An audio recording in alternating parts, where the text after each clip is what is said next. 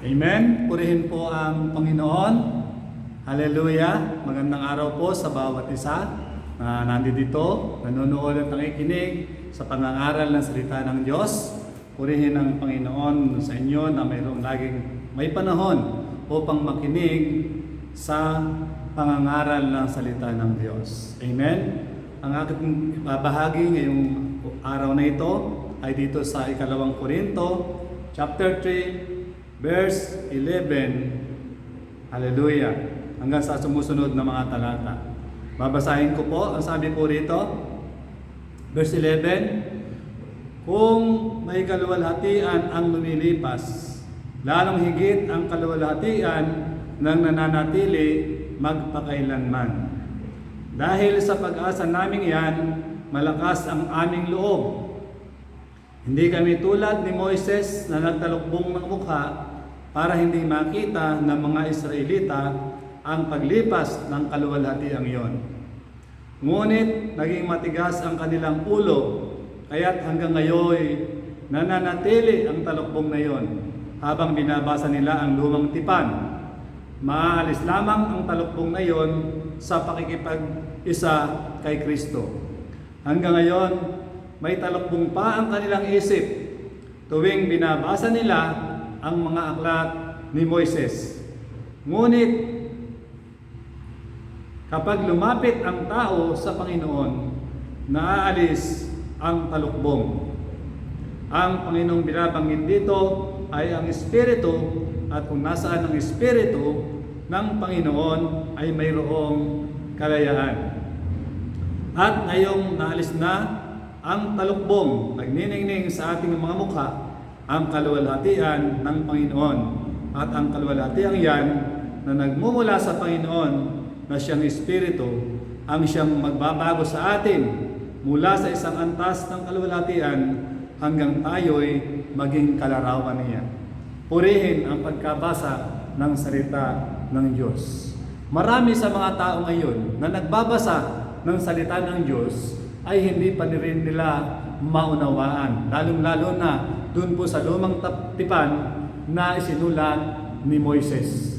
Makikita po natin dito na inahalin tulad dun sa buhay ni Moises dahil si Moises ay nakipag-usap sa Panginoon at nung siya ay bumaba mula sa bundok ay nagliliwanag ang kanyang mukha at nagniningning. Subalit ito ay tinakpan ng isang balabal upang hindi makita ang kaningningang iyon. At makikita po natin dito na itinago niya yung kaningningan ng Panginoon sa kanyang mga kasamahan, sa mga Israelita na naghihintay sa kanya. At makikita rin po natin sa panahong ito na maraming tao ang nagbabasa ng lumang tipan sa mga sinulat ni Moises ay hindi pa rin nauunawaan. Bakit po? Sapagkat nandoon na sila ay walang relasyon sa Panginoon. Ang sabi ng ating binasa, kung gusto nating maunawaan ang salita ng Diyos, ang sinasabi sa lumang tipan, tanggalin natin yung talukbong na yon upang makita natin ang katotohanan mula sa salita ng Panginoon. At ito ay mangyayari lamang kung tayo ay makikipag-isa sa Panginoong Hesukristo. Kung hindi tayo makikipag-isa sa Panginoong Hesukristo, ay mananatili ang talukbong ng salita ng Diyos. Ang katotohanan ay hindi natin mauunawaan sapagkat nananatili ang balakid, ang talukbong na yon.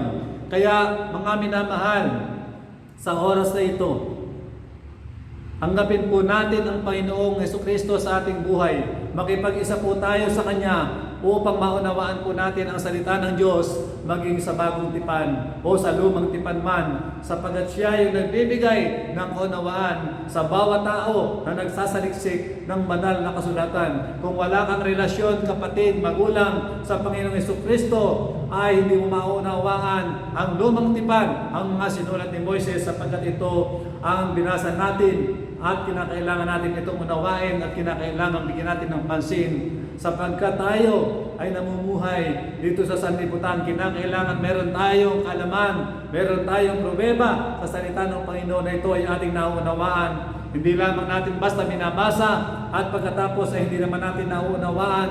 Kinakailangan po na maunawaan natin ang salita ng Panginoon upang ito ay ating may kapamuhay, upang ito ay ating maibahagi sa ating kapwa, sa ating kaibigan, sa ating mga kapatid, sa ating mga classmate, sapagkat mahalaga ang salita ng Panginoon at ang Espiritu Santo ang nagbibigay sa atin ng karunungan at ng kaalaman upang maunawaan natin ang salita ng Diyos kung tayo ay makikipag-isa sa ating Panginoong Jesucristo at makikita doon ang kaningningan ni Kristo sa ating mukha, sa ating buhay ay magliliwanag ang magandang patotoo na tayo ay kumikilala sa Panginoon at siya yung ating sinasampalatayanan at tayo ay nakikipag-isa sa Panginoong Jesucristo. Ang nakikipag-isa kay Kristo ay isa ng bagong nilalang, wala na ang dating pagkatao sapagkat ito ay lumipas na at siya ay bago na sapagkat ang Panginoong Hesus ang tinanggap sa kanyang puso bilang Panginoon at sariling tagapagligtas. Ibig po sabihin kung tayo ay mananatili lamang na hindi tayo nakikipag-isa sa Panginoong Jesucristo ay mayroon talukbong ang salita ng Diyos. Hindi natin ito lubos na maunawaan, maaaring mababasa natin ito, pero yung deep inside ng Biblia, yung sinasabi ng Biblia, yung mensahe ng Biblia, yung mensahe ng salita ng Diyos ay hindi natin maipaliwanag. Literal ang ating pakahulugan, magiging literal at hindi spiritual.